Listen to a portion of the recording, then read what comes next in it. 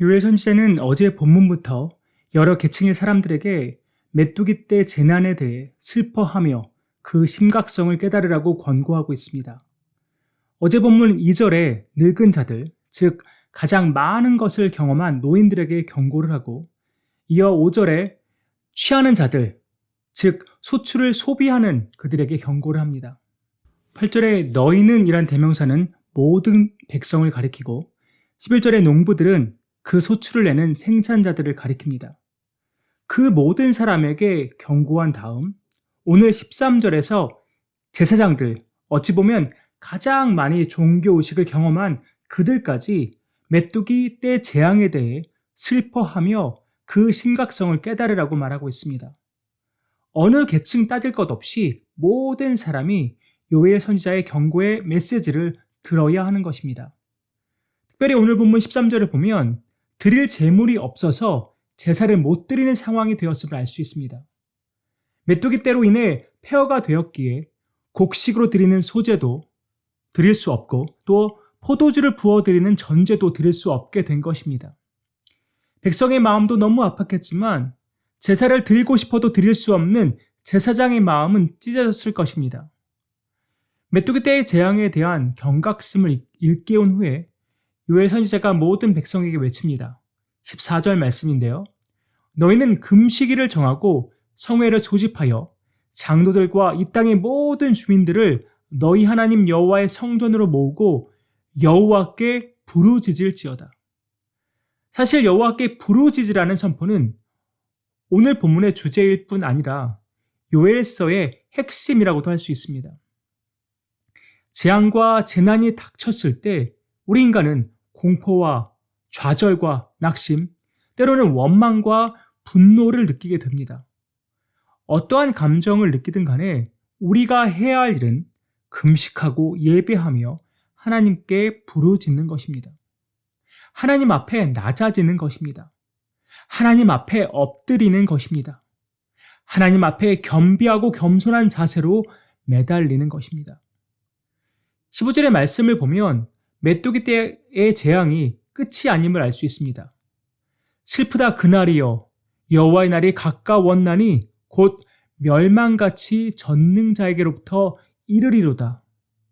심판의 날인 여호와의 날이 곧 닥칠 것이라고 말합니다. 메뚜기 떼의 재앙은 예고편과 같은 것입니다. 여호와의 날이 이르면 어떻게 됩니까? 16절에서 18절의 말씀입니다. 먹을 것이 우리 눈앞에 끊어지지 아니하였느냐? 기쁨과 즐거움이 우리 하나님의 성전에서 끊어지지 아니하였느냐? 씨가 흙덩이 아래에서 썩어졌고 창고가 비었고 곡간이 무너졌으니 이는 곡식이 시들었음이로다. 가축이 울부짖고 소떼가 소란하니 이는 꼴이 없음이라. 양떼도 피곤하도다.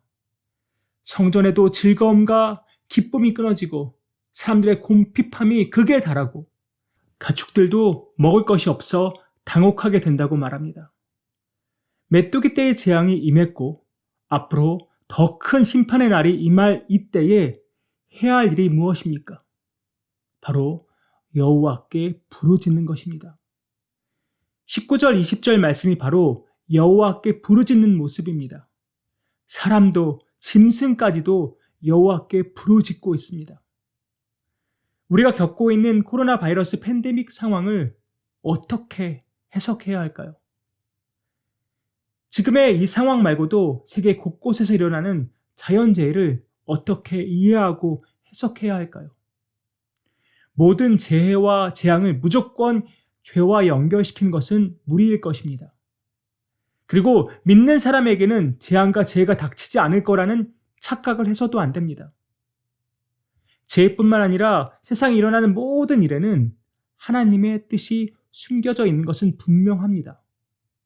그러나 어리석고 우둔한 인간이 그것을 이해하기는 역부족입니다. 따라서 지금의 코로나 상황도 하나님께서 그분의 뜻과 계획 안에서 허용하신 것은 분명하지만 그 뜻을 분별하기 위해서는 매우 신중해야 합니다.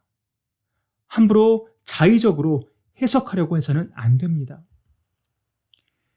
그래서 지금 우리가 할 수 있는 것은 겸손한 마음으로 하나님께 부르짖는 것입니다.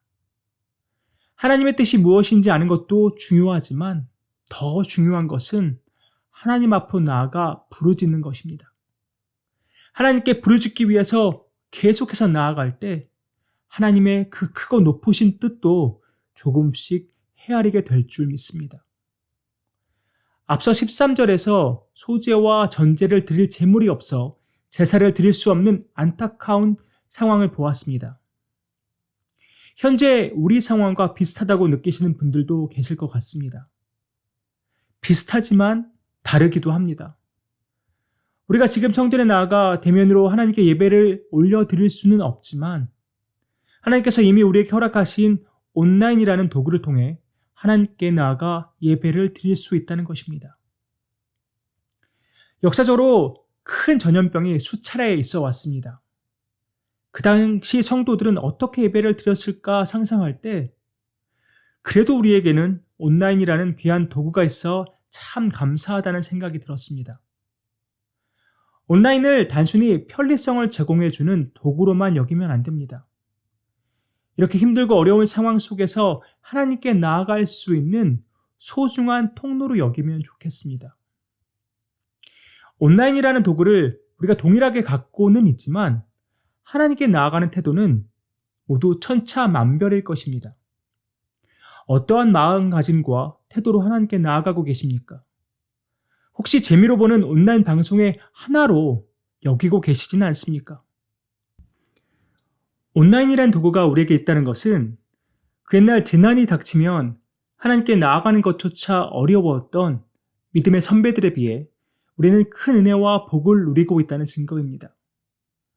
이제 우리는 하나님의 날을 대비해야 합니다. 요엘서에서 말하는 하나님의 날은 중의적인 의미가 있습니다. 하나는 심판의 날이고 다른 하나는 구원의 날입니다. 하나님이 원하시는 것은 인류의 멸망이 아닙니다. 오히려 구원입니다. 그러나 하나님은 메뚜기 떼의 재앙과 같은 일을 개인에게, 가정에게, 교회와 민족과 나라에게 허용하실 때가 있습니다. 그 재앙의 규모는 상대적이고 모두 다를 것입니다. 각자에게 재앙을 허용하신 것은 하나님의 심판의 날이 아니라 하나님의 구원의 날을 맞게 하시기 위함입니다. 그러면 사랑하는 성도님들, 우리가 지금 해야 할 일이 무엇입니까? 하나님께 부르짖는 것입니다. 각자의 자리에서 부르짖는 것입니다. 대면이든 비대면이든 그것이 중요한 것이 아닙니다. 온라인이냐 오프라인이냐 그것이 중요한 것이 아닙니다. 중요한 것은 내가 지금 어떠한 마음과 자세로 하나님 앞에 나아가 부르짖냐는 것입니다. 하나님은 지금 우리가 여호와께 부르짖기를 원하십니다. 왜 원하십니까? 우리를 구원하기 원하시기 때문입니다. 지금의 어려운 상황이 언제 끝날지 우리는 알 수 없지만 우리가 끝까지 포기하지 말아야 할 것은 하나님께 간절함으로 부르짖는 것입니다. 여호와께 겸손함과 간절함으로 부르짖어 하나님의 구원의 날을 준비하는 저와 여러분 되기를 간절히 소망합니다.